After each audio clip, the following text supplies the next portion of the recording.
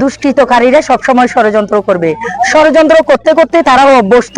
তারা দেখেছেন আপনারা 17 বছর ষড়যন্ত্র করেছে, এখনো ষড়যন্ত্র করতেছে।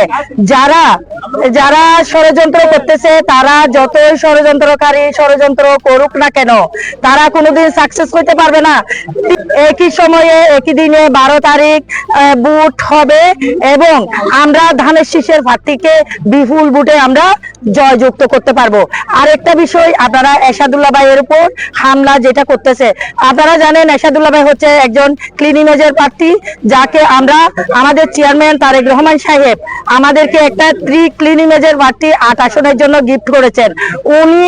উনার জনপ্রিয়তা আছে এবং উনি যেখানেই যাচ্ছেন, আমরা যেখানেই যাচ্ছি সেখানে স্বতঃস্ফূর্তভাবে সবাই সাড়া দিচ্ছে, সবাই ধানের শীষে ভোট দেওয়ার জন্য স্বতঃস্ফূর্তভাবে আগাচ্ছে এবং সবাই বলতেছে আমরা ঠিক সময় আমরা যদি সুন্দর করে যদি আমরা ভোট কেন্দ্রে যাইতে পারি, ইনশাল্লাহ ধানের শীষ বিপুল ভোটে জয়যুক্ত হবে।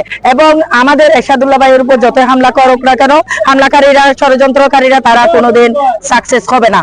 কারণ আপনারা জানেন বিএনপি একটা শান্তিপ্রিয় দল, বিএনপি জনগণের দল, বিএনপি জনগণের ভোটে নির্বাচিত, বারবার নির্বাচিত, সেটা হচ্ছে জনগণের ভোটে।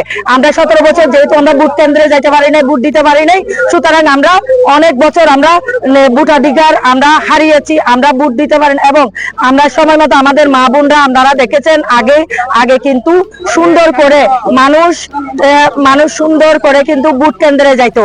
ভোট কেন্দ্রে ঈদের একটা আমেজ ছিল।